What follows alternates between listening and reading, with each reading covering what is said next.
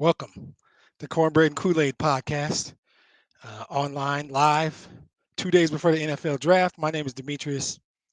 Shout out always to the super producer extraordinaire, Mr. Mike Ward. This podcast is for fans of Detroit Lions and Detroit sports in general.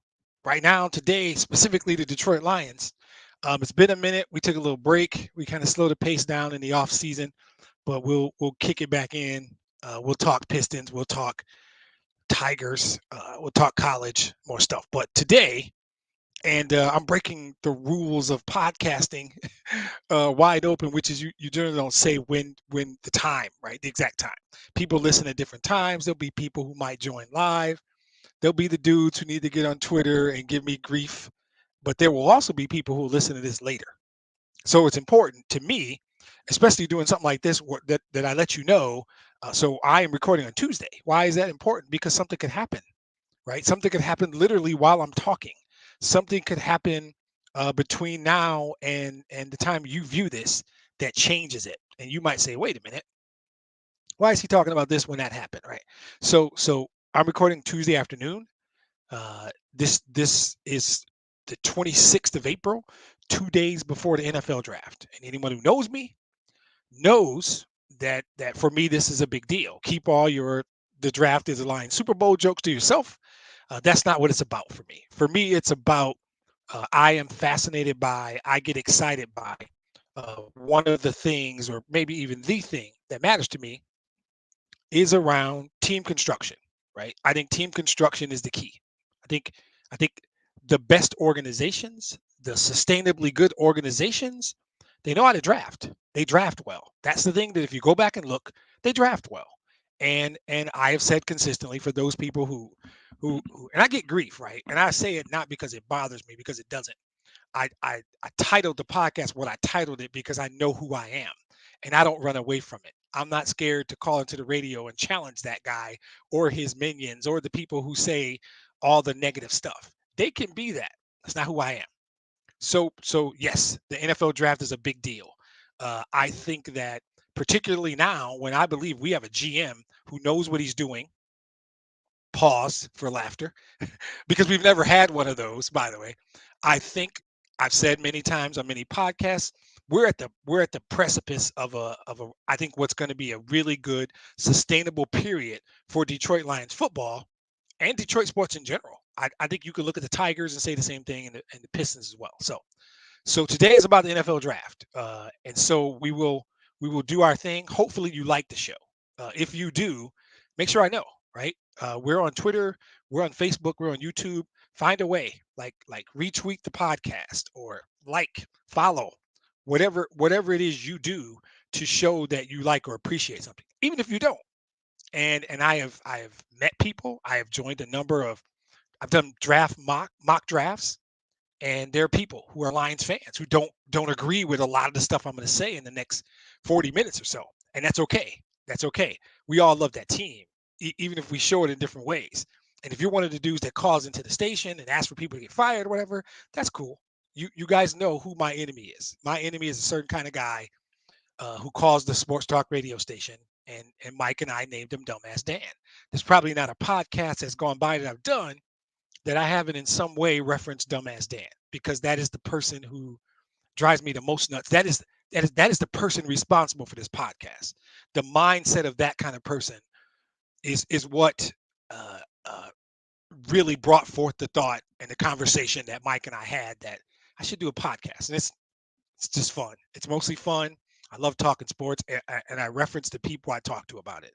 So I've talked to so many people, and so today we're going to go through a couple things. We're going to talk overall strategy. Where's the team?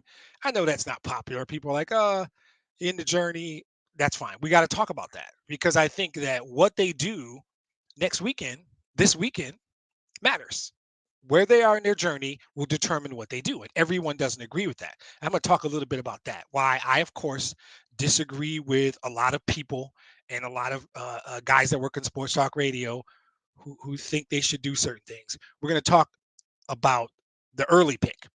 There's specific conversation around two. What do they do at two? We can talk about players at two. We got the mindset of two.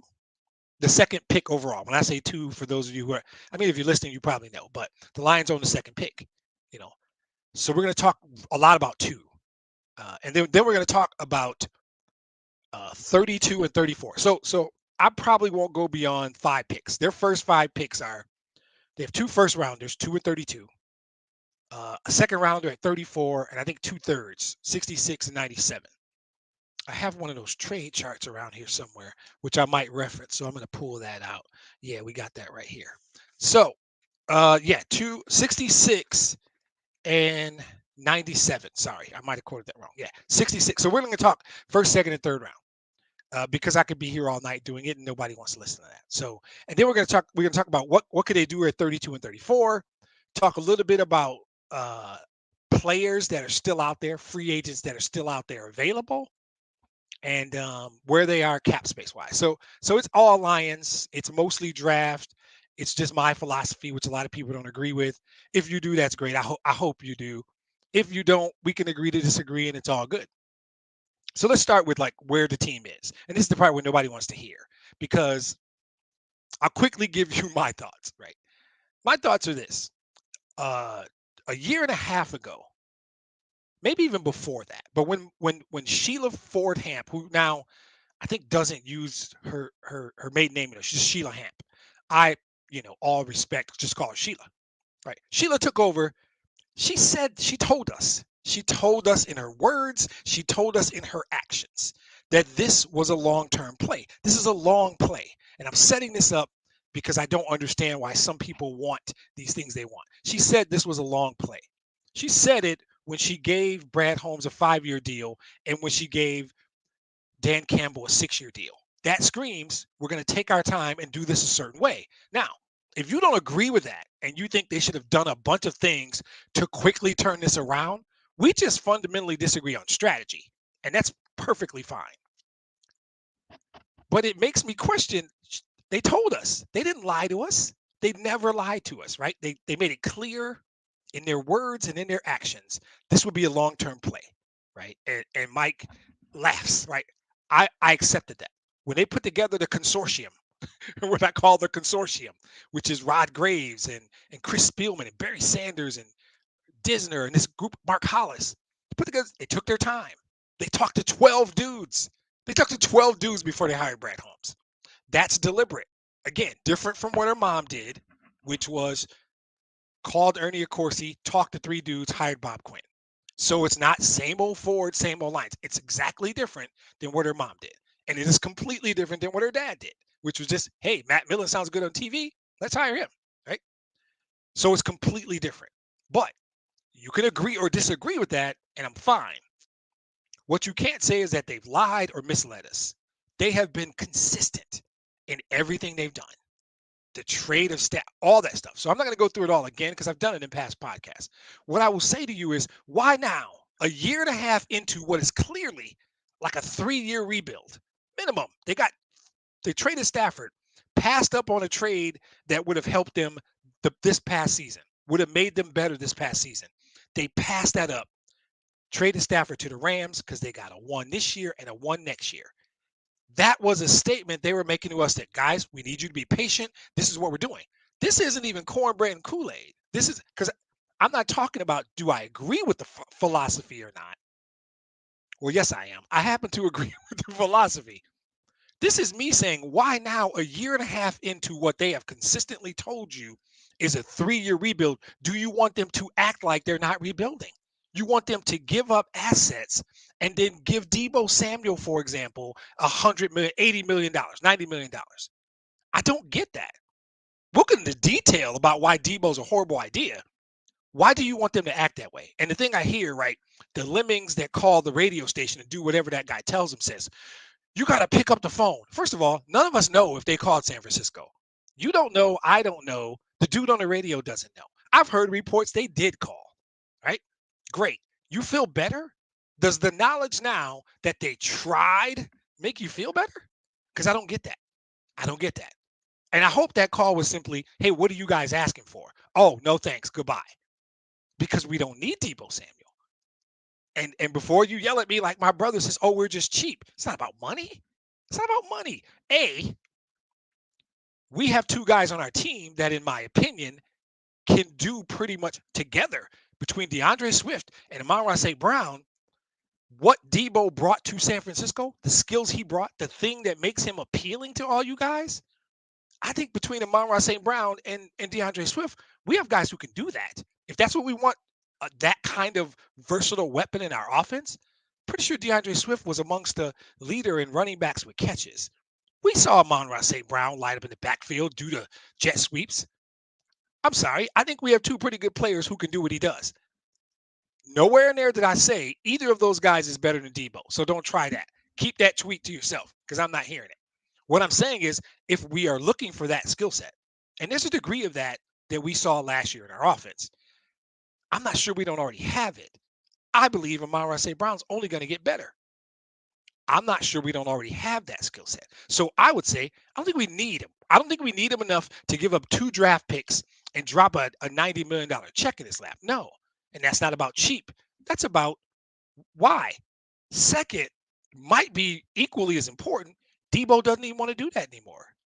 Debo wants out of San Francisco because he doesn't want to do that. So the thing that makes him appealing, the thing that makes you want to get him, he doesn't want to do anymore. That makes no sense. And it's just like the Debo thing, right? And so thirdly, and I can explain why he doesn't want to do it. Debo wants to line up outside and be considered a receiver. And there's a simple reason. He's in the last year of his rookie deal. So if a team wants to franchise Debo Samuel next year, whether it's the 49ers or the Jets or whoever acquires him, they're going to try and classify him as a running back. He wants to be classified as a receiver. Why, you ask? Simple. Franchise tag. Franchise number for a receiver is in excess of 22 million, maybe closer to 24. Franchise tag for a running back, 10 million. You're talking 10, 12, 14 million dollars difference in the tags. That's why Debo doesn't want to play running back. That's why Debo doesn't want some hybrid role called a wide back. Debo wants to be tagged as a receiver. If he gets tagged, he wants to be tagged as a receiver. So Debo said flat out, I don't want to do this hybrid crap. I want to play outside. I want to line up as a receiver. Why? Because he wants to be tagged as a receiver. That's what that's about. So you want to give up very good draft capital to bring a guy in to do something we don't even know how good he is at doing it yet. Because a year ago, nobody was clamoring for us to trade for Debo Samuel. It is part of how San Francisco used him that makes him appealing. But he don't want to do that. And we might have guys who can do that already. So the Debo talk is just that nonsense thing, which is just a reactionary move, shiny thing available, Lions go do something. Except wait, we told you guys we're going to build this sustainably through the draft. They have told us. They have said the words and they have shown us in actions. And yet, a year and a half into this, now you got people out here screaming, why aren't they going? My brother, Bobby Wagner. Okay. Bobby Wagner is not a sign of us being cheap. Bobby Wagner was a free agent. It was Bobby Wagner's choice. So you're Bobby Wagner, you're 30, whatever you are, and you say, I can go to the rebuilding Lions or I can go play for the Super Bowl champion Rams. That has nothing to do with the Lions. That was Bobby Wagner's choice. Could Bobby Wagner have helped us? Maybe this year. But Bobby Wagner's not in the prime of his career. He's not on the ascend. Bobby Wagner's on the other side. So why are we, a team that consistently tells you we're rebuilding, please be patient, do you want them to go make an acquisition like that? Even Deshaun Watson, which is absurd to me. Deshaun Watson had a no trade clause. But I heard on the radio, they got to pick up the phone and call about Deshaun. They're not going to pick up the phone. Why don't we pick up the phone? He's not going to come here. He has made it clear. He gave them a list of teams. And then Cleveland had to drop $230 million guaranteed on his lap. None of that makes sense with what they've told you. So now again, if you don't agree with the strategy and you wanted them to try and rebuild this team in a year and a half, you simply don't understand how much damage Bob Quinn and Matt Patricia did. That's what I would say. You don't know how bad it was a year and a half ago. And it was. They brought in old guys, bad contracts, guys that fit a New England system that Dan Campbell was never going to run. So if you don't agree with the strategy, cool. We can disagree on the strategy. If you think that a rebuild means do things smart for a year and a half and then go batshit crazy and start spending money on any free agent shiny thing that's available, no. What that is called root for radio. That's what the guy tells you on the radio. So you get all hyped up and mad that they didn't go sign Bobby Wagner or they didn't ask about Deshaun Watson. Set aside the issues Deshaun Watson has. I'm not even talking about that.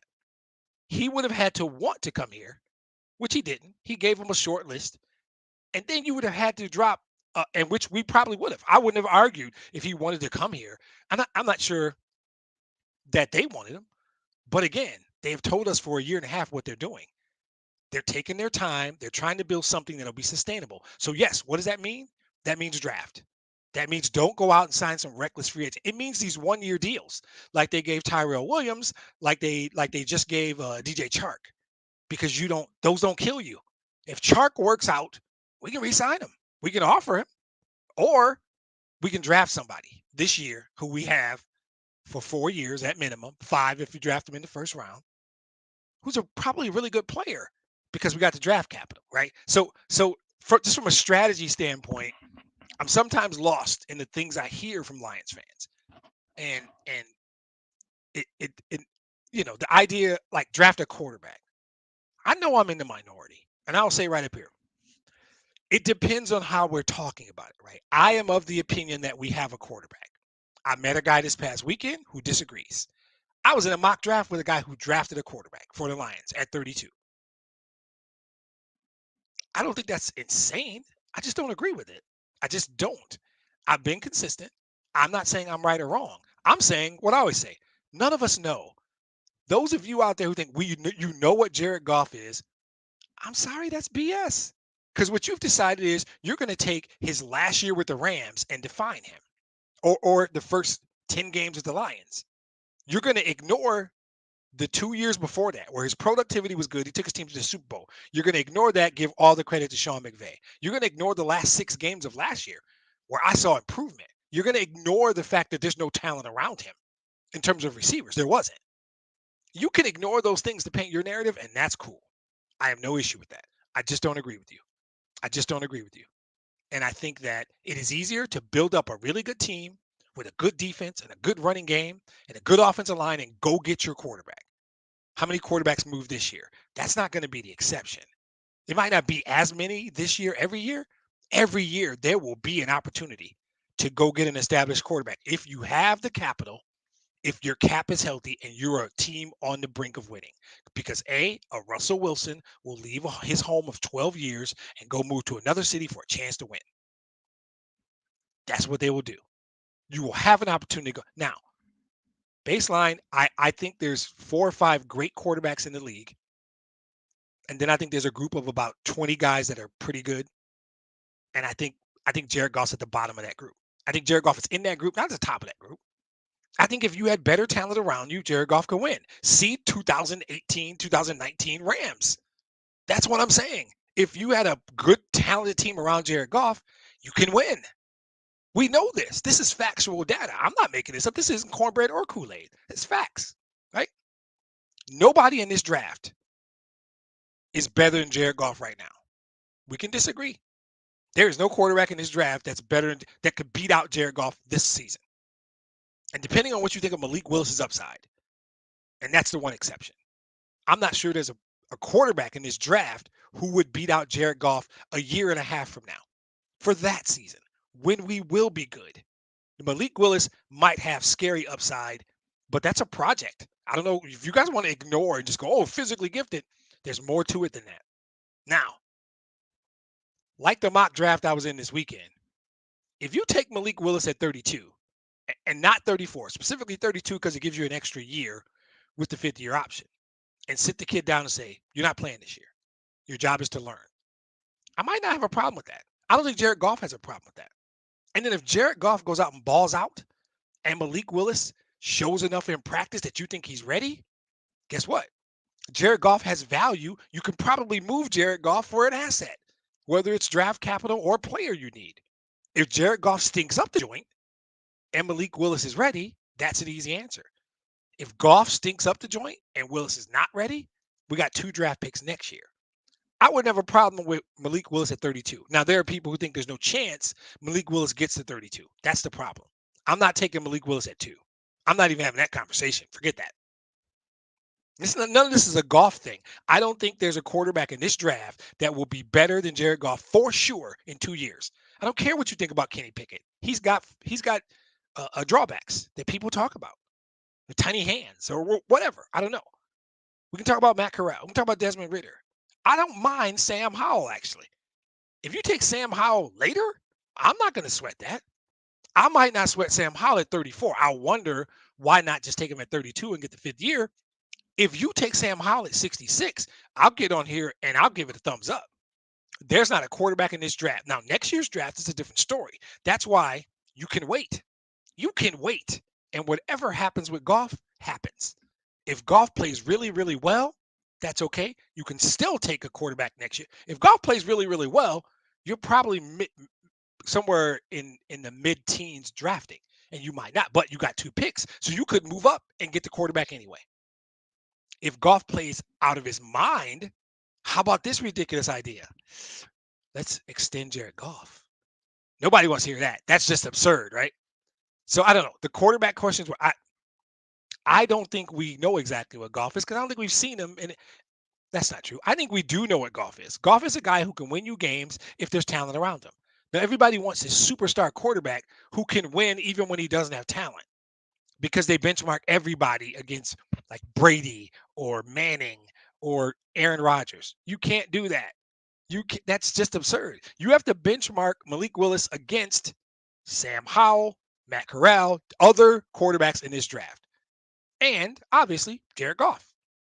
And you can disagree with me and say, "Oh, Malik Willis beats Jared Goff out this fall." Yeah, you're just that dude. I don't want to talk to you. You're just that. That's not true. You just haven't watched enough games. You'll sit there. I watched a bunch of his games. That's okay. That's okay. You really don't understand how this works. So in my opinion, if you don't understand how this works, cool. You're a different kind of cat. I don't need to have a conversation with you. But if you believe right now that there's a quarterback in this draft that will, without question, beat out Jared Goff this fall, you're wrong. Sorry. So let's talk trades before I get into players. Let's talk about possible trades. So there's a lot here. I'm a big fan of trades, right? And I'll quote the movie, and this isn't really my deal. I stole this from actually a guy on the radio. There's a movie called Draft Day. I am not saying it's a good movie. In fact, I'm saying it's not a good movie. They probably violated 50 NFL rules throughout this movie. This stuff you just can't do, but that's fine. It was a drama, right? It was a fictitious dramatization of what could happen, although it couldn't. But one of the things in the movie, one of the key things in the movie was early in the movie, Kevin Costner, who plays the main character, Sonny Weaver Jr., writes a note. We don't see what he writes on the note. He puts the note in his pocket. And this is on draft day, right? Ultimately, we find out what the note says. And I won't ruin the movie. Well, it might ruin the movie. I don't care. It's a 4 or 5 year old movie. If you haven't seen it, too bad. The note says Vontae Mack no matter what. And through a series of ridiculous situations, he ultimately gets Vontae Mack. Vontae Mack is a linebacker from, don't remember the school, played by the late great Chadwick Boseman, right? And it was fundamentally what he was saying was, I've prepped for a year for this draft. I'm not going to wake up on draft morning and second guess everything I've done, listen to all this outside noise to pull a Matt Millen, right? Who story says he was driving to the draft and they were going to take somebody good that I can't remember. And for whatever reason, his son even says it. He talked about it. He was going to take a different player and he gets there and decides he's taking Mike Williams, right?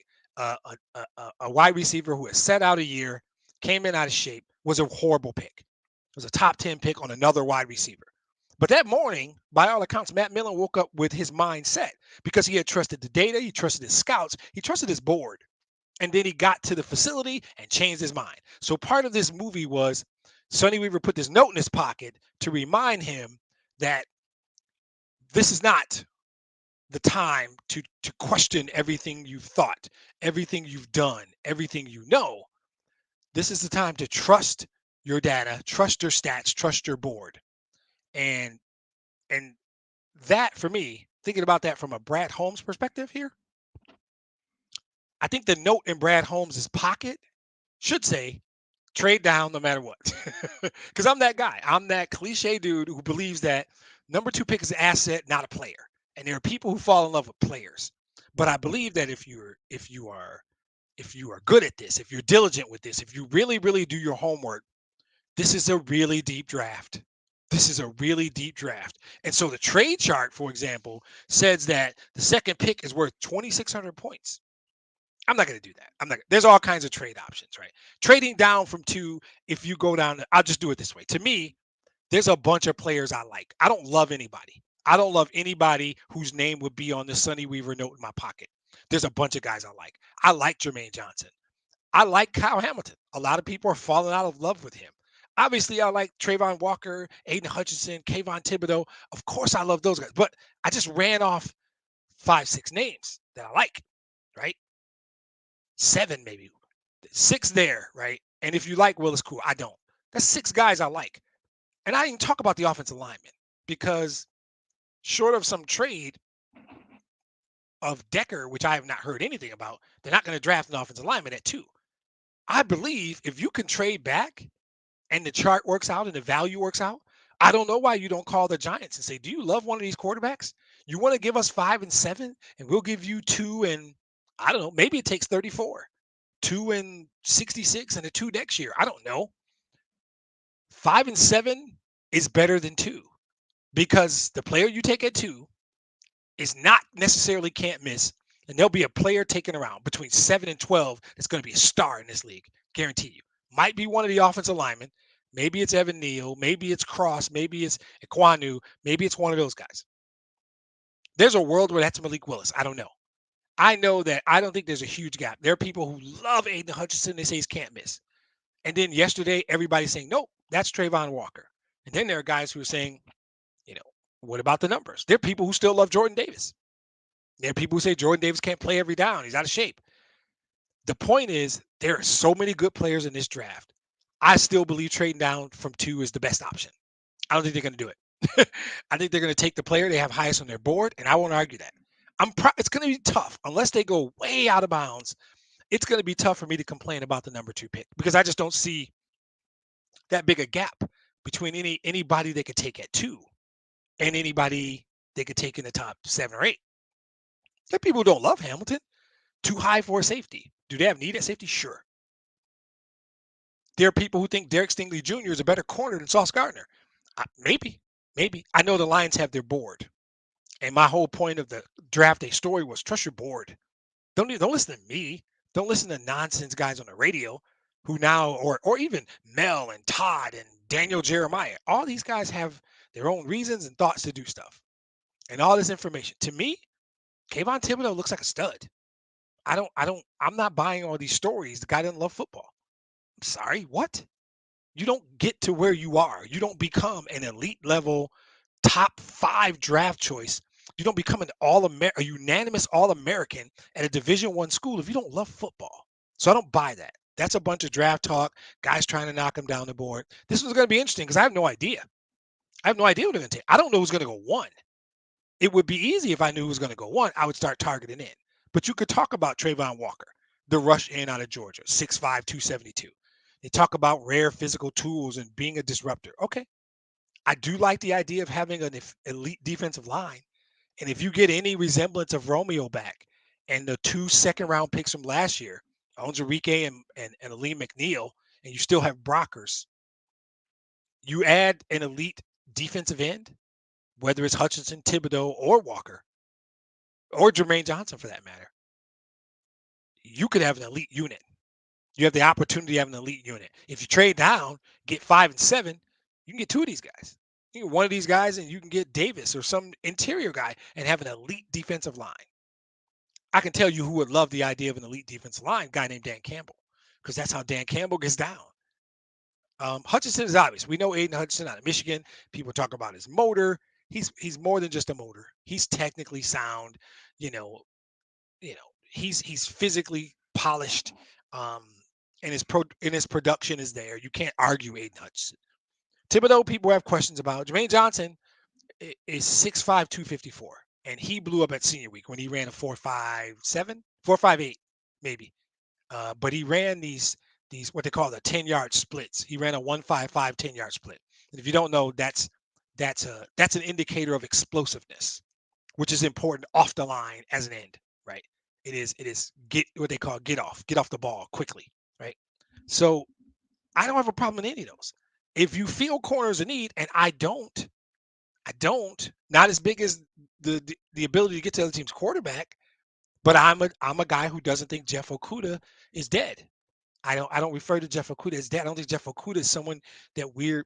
I think Jeff Okudah still has something there. He just needs a healthy camp and better coaching, which I think he'll get with Aubrey Pleasant and Aaron Glenn. And then there's Kyle Hamilton, who they're just people who fundamentally don't believe you could take a safety that high. I don't really care about the position. If he's on your board as that guy, go get him. Go get him. Right. So there's other quarterbacks. What do you do? There's none of these guys that I would even consider at two.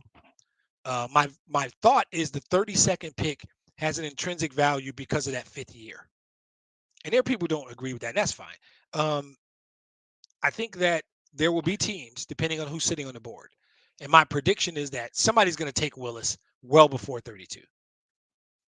In theory, Kenny Pickett could go. But if Pickett's there at 32, the phones in Allen Park, Michigan are going to ring. They might ring for Matt Corral or Sam Howell. They might. Or Desmond Ritter. They might. Um, I wouldn't do it like for the Lions. I wouldn't. I've already explained my quarterback thought. But if you force me to, gun to my head, you've got to draft a quarterback at 32. Sure, if Willis is there, I'd take him at 32. He makes the most sense. I don't think he'll be there. If it was from one of the other guys, probably go Sam Howell. I like his deep ball. I like his toughness. He rushed for over 800 yards, right? In a good ACC. He forced missed tackles. He's a guy who can give you dimensions. I wouldn't do it, but if you forced me to, of sort of those other guys, not Willis, I think I go Sam Howell. You know, and like I said, it doesn't make sense to talk, in my opinion, about offensive linemen. Short of them announcing a trade of Taylor Decker in the next day and a half, the first three picks to me are all defense. I mean, I guess in some world, what Malik Willis drops to 66, that's not going to happen. If Howell's there at 60, maybe. But I don't. That's where I take the quarterback, where there's just zero risk, right? But they've got pick 32 and 34. Again, the key difference: 32, you get a fifth-year option. Makes sense to trade it. Uh, but if you're not going to trade it, and you're going to draft a quarterback, probably the most logical spot if your guy's there.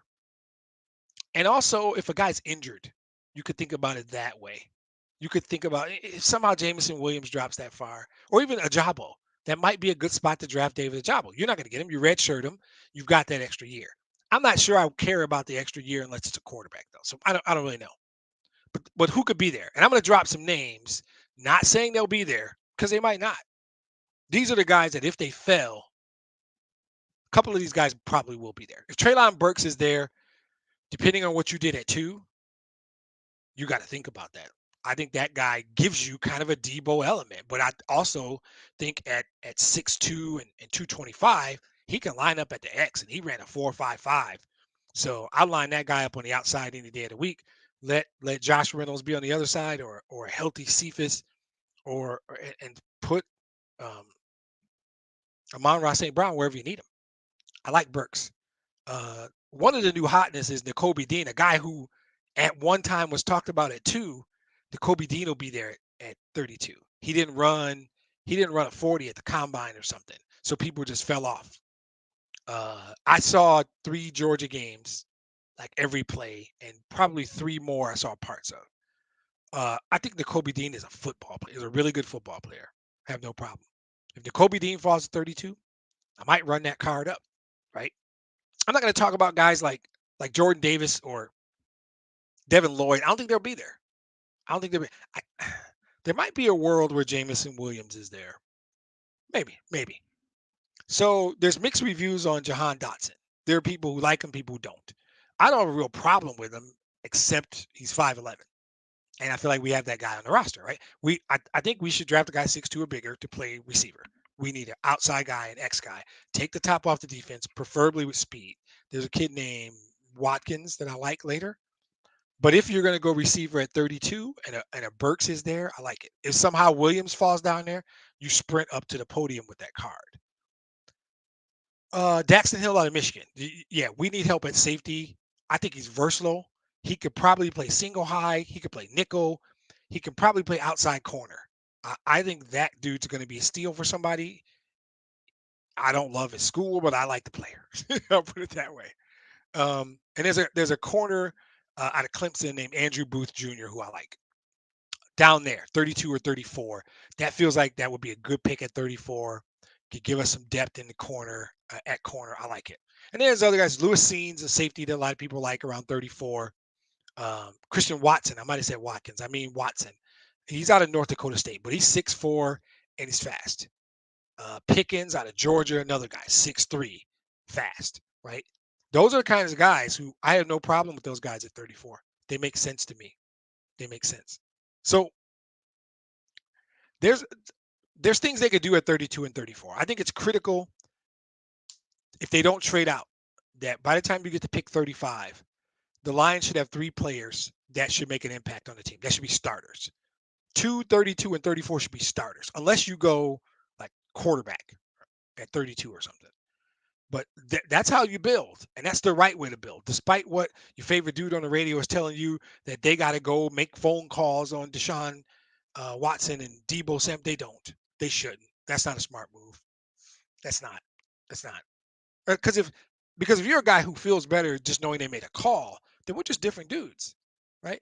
And even after the draft, no matter what they do, it's not over. There's free agents out there. They still have plenty of cap space, right? If they want to go do that, Odell Beckham's still out there.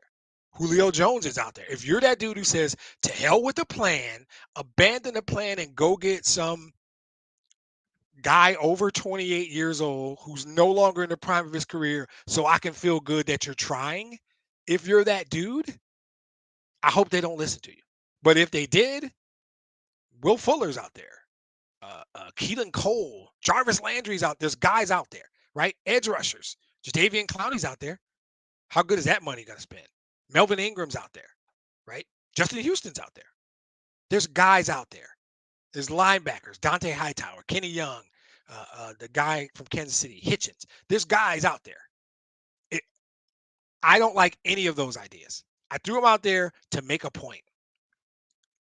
If you think it's lame or silly to go, this is not where we are in the process, then fine. You're just that dude. My guess is you work for the radio station, you just want to rile people up, or you don't really give a damn about this football team, right? You just like to hear yourself talk. And I'm not even saying I agree with the strategy, but don't act like you don't know what the strategy was. Don't act like they didn't tell you in words and actions, this is going to be a while. So why the hell are you getting upset a year and a half in and asking them to abandon what they've been telling you? By the way, Tyrann Matthews out there. They can feel the safety. Kareem Jackson's out there. There's other corners. AJ Bouye's out there. Bryce Callahan. There's good players still available. The Lions have, I don't know, $18 million in cap space, right? This thing is not over. The idea of abandon the plan and just go crazy now and spend money so that me, guy sitting in Westland who knows everything about football, knows that you're trying. You're not even trying because you don't care. And I've got to hold you accountable. So I'm going to hold you accountable by calling into the radio station and bitching about the fact that you didn't spend a bunch of money in free agency. I'm going to ignore the players you re-signed and say those guys are bums because they were on a 3-13 team. You can say that. You just be wrong. You just be wrong if you think Charles Harris is not going to help. And Charles Harris wasn't on the team. He was a free agent. So that's a free agent signing. Just because he happened to play for us last year doesn't matter. Tracy Walker. If you don't think Tracy Walker was high on a lot of teams' boards and a bunch of other teams were offering, okay. And he was a free agent. So if you want to look, the only guy they signed is DJ Chark. You do not understand how this works, or you don't care. I'm not going to call you stupid. There's some dumbass Dan stuff. I just glanced up at Twitter. There's some dumbass Dan stuff there already, and it's cool. I don't actually hate dumbass Dan. He inspires me. Dumbass Dan makes me want to do the podcast and makes me want to talk about this stuff. Gets me excited. My overall thought, like on today's podcast, is really about the Detroit Lions are going to be a much better football, as most teams will. In particular, because of the extra 1 and the extra 3. And you think about they're going to get 5 of the best 97 players. So everybody doesn't have as many picks, right? After Saturday, Detroit Lions are going to be a much better football team, not just immediately right now. They're going to have more depth. They're going to have filled holes. They're going to be better next year. But more than that, they're going to have this foundation of young talent, particularly on the offensive and defensive line. They should have at least one stud receiver when this is all said and done. They should have an impact linebacker, probably an impact secondary guy. They're going to be sustainably better, not just better to satisfy short-sighted dumbass Dan next year. The goal is not win 9 games next year. If they do great, I contend they have a shot at that. The goal is win 12 games 2 years from now. And you have to do things right way now to do that. If you go and just trade all the picks you got, right? Trade up to get to 15. I heard that narrative today. If a guy you love is sitting there at 15, give up 32 and 34 and get to 15 and get the guy you love. Duh, wrong. Too many needs. Too many needs. And you're trying to trick me into believing that there are not really good football players at 32 and 34. That's the problem. It's not even trying to trick me. We don't agree on the gap between the guy you get at 15, the guy you get at 34. We just don't agree. And I have done a lot of research. I'm not calling myself an expert. I'm telling you I have an opinion. And I'm telling you my opinion isn't something I'm pulling out of thin air. We'll say it that way. I'm not. I believe that the player who gets selected at 34, no matter who selects him, will likely be a starter on somebody's team, will certainly be an important contributor, right? And if you're telling me that the guy at 32 and the guy at 34, those two guys who should both be starters, you'd rather just have one guy at 15. So, okay, the exception, which might be the message all along. Let's say you got a top 7 grade. You got a guy 7th on your board, and somehow he's still on the board at 15. Okay, there's a degree of logic that says you think that guy's going to be a significant contributor. Now you want to weigh what he'll contribute versus what the two guys at 32 and 34. I think if you're a really good football team, you can do that. I think if you have the number of holes we have, we need help on every level of defense, every level, and we absolutely need a receiver. I don't think anybody's going to argue with me on that. I don't think any Lions fans are going to disagree with me that we need help on every level. I mean, we need an edge rusher. We probably need 2 linebackers. No disrespect to the guys that are there. But we probably need corner depth and a safety. We need help at every level. I wouldn't be mad at an all linebacker draft if you came out of the draft and then signed a receiver. I think you should use one of those top 3 picks on a receiver, and every other pick should be defense. And the depth at receiver is great. The depth at receiver is fan. You can get a good receiver at 66. Can you get a superstar at 66? Probably not. I'm not saying Watson or any other receiver is better than even Jahan Dotson, any of these Pickens. I'm not saying they're better than Garrett Wilson or Drake London, who both do. I think Jameson Williams quite a bit. I think those are probably your top 3 guys. Do I think George Pickens can't start on the Detroit Lions next year and impact? Absolutely. Absolutely. Same thing with Christian Watson. That they can do that. So the idea of it's not a horrible idea if it's the right player. I'm kind of checking myself. If a player you love, but I don't know that I love a player that much. I don't know if there's a player I love so much that I like Jordan Davis. I have concerns Jordan Davis can't play every down. I don't know if there's a player in this draft that I like so much that if he's sitting there at 15 or 16, I give up 32 and 34 to go get him. I don't think there's a player I like that much. Now, at the end of the day, to wrap all this up, all this jabber that seemed like went by in 2 seconds, they have a board. I'm asking you, I'm asking you, am I advising you? I don't know what I'm doing. Don't set yourself up for failure.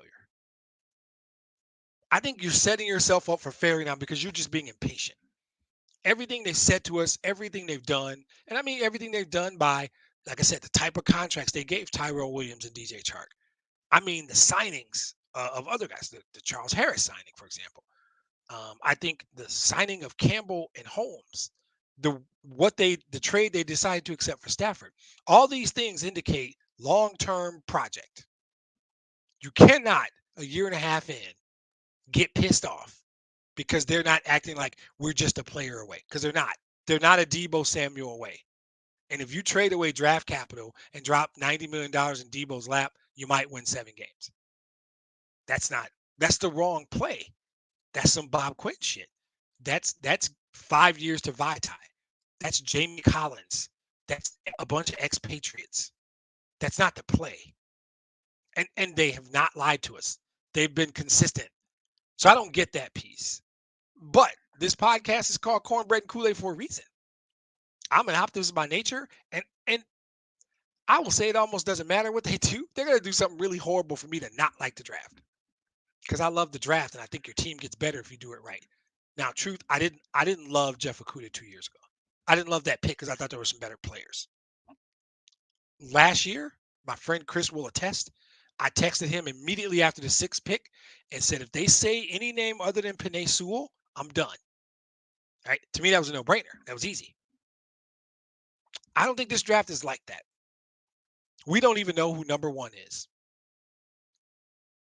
2 days from the draft, we don't know who number 1 is.